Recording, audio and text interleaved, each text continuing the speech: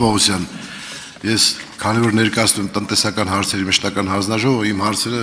գերազանցապես տնտեսության վերաբերյալ են, եւ մենք տնտեսվարողների հետ հանդիպումների արդյունքում ֆիլտրում ենք որոշակի հարցեր ձեզ փոխանցելու համար։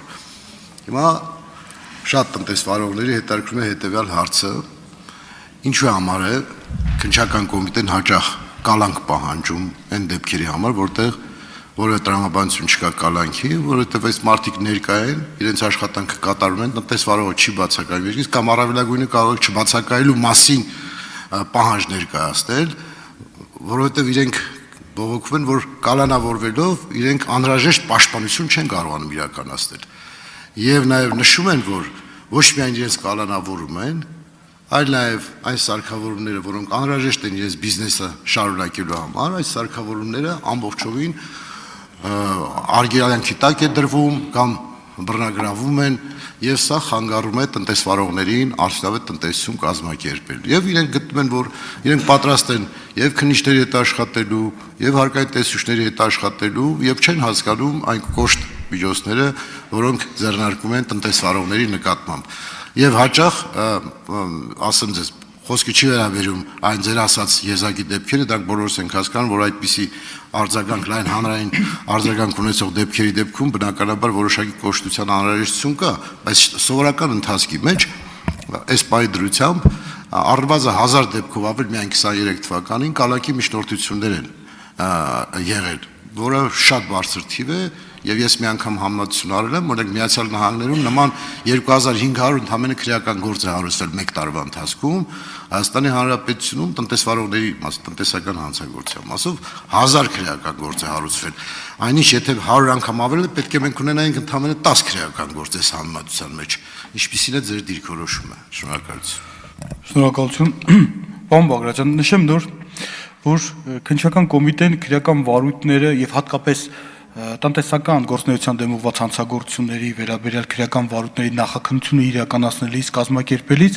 առաջնայինը առաջնորդվում է նախ առաջինը քրեական վարույթի բնականon ընթացքն ապահովելի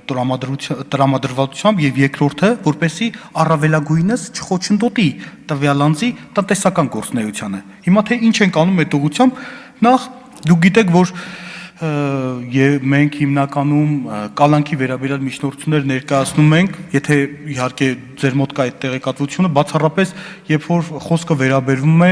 առանձնապես խոշոր չափերով հարկերը չվճարելու եւ տևական ժամանակ չվճարելու դեպքերին եւ իհարկե դրանցով երբ որ հաստատված է չարամտությունը եւ այլն եւ այլն։ Հիմա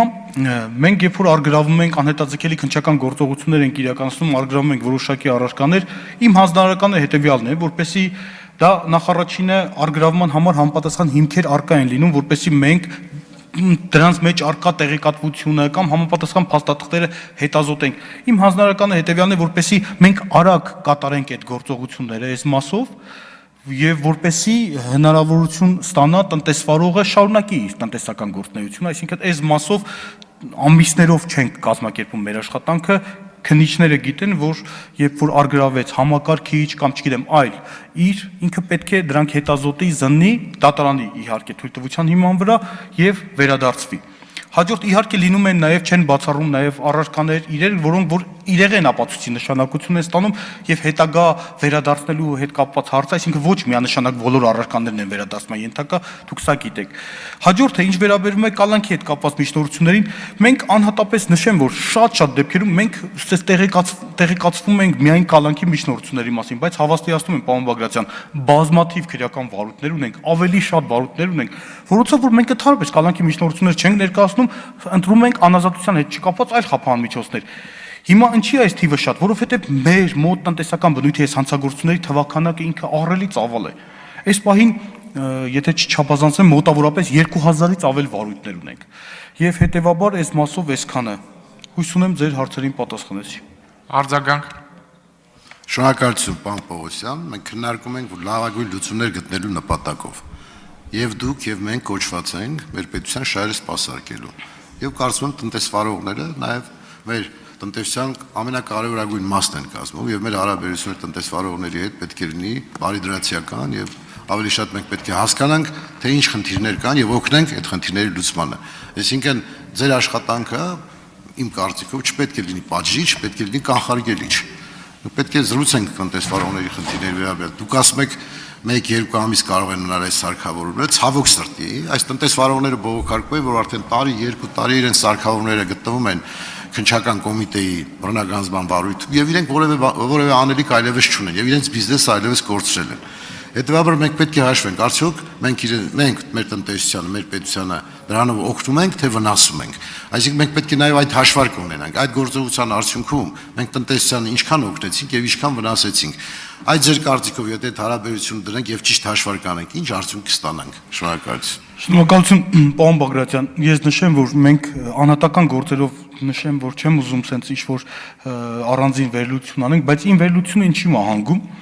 Մենք ունենք քրեական վարորդներ, երբ որ մենք ունենք սուբյեկտ, ով որ պետք է կատարի այդ հարկային պարտավորությունները եւ չի կատարում, այդ հարկային պարտավորությունները չարամտորեն խուսափում է, մեղադրյալի կարգավիճակ է ստանում, երբ որ ինքը գտնվում է անազատության մեջ, գիտեմ, այս մարդիկ փորձը ցույց է տալիս, որ այն սկզբնական փուլում, ակտիվ նախաքննության փուլում ամեն կերպ խոչընդոտում են քրեական վարույթին, հիմքերը հաշվապահի վրա են ազդում, փաստաթղթեր են փոխում, էս են անում, են անում, նոր արարք են կատարում եւ այլն։ Մենք նմանատիպ դեպքերով ենք տանում կալանքի միջնորդությունները, այսինքն երբ որ որպեսի այդ ռիսկերը չեզոքացնենք։ Եվ ունեցել ենք դեպքեր հենց գործով հաստատված, երբ որ անձի նկատմամբ օրինակ չգիտեմ, որոշ ժամանակ հետո օրինակ որոշում ենք ասում, անձը շարունակում է նույն վարքագիծը։ Այսինքն կրկնվում է արարքը եւ պարբերական բնույթագրում, այս դեպքերով ենք տանում կալանքի միջնորդություններ ենք ներկայացնում եւ դատարանները քննարկում եւ որոշում են կայացնում։ Բայց այն դեպքերով, երբ որ անձը պատշաճ դատավարական վարքագիծ է ցուցաբերում, երբ որ չգիտեմ գալիս արարքը նկարագրում է, զղջում է կամ չգիտեմ, որ իր գործուն քայլերը ձեռնարկում, պետությանը պատճառված վնասի վերականգնման ուղղությամբ քայլերը ձեռնարկում, ես չեմ հիշում մի հատ դեպք, երբ որ նման անձի վերաբերյալ միջնորդություններ ներկայացեն կալանքի միջնորդության։ Ավելին, եղել են դեպքեր, երբ որ անձը, օրինակ, նախնական հաշվարկի վերաբերյալ արձանագրված թվի հետ կապված համաձայն է լինում, վճարում է հետագայում ասում է, եթե ստուգման ակտով օրինակ արձանագրվի այս թիվը, այդ գումարը վերադարձեք։ Մենք այդ անձին էլ չենք տանում կալանքի միջնորդություններ։ Պրակտիկան տենց է։ Սոնա Ղազարյան։ Պարոն Պողոսյան, շնորհակալ եմ զեկույցը ներկայացնելու համար այստեղ վերևում։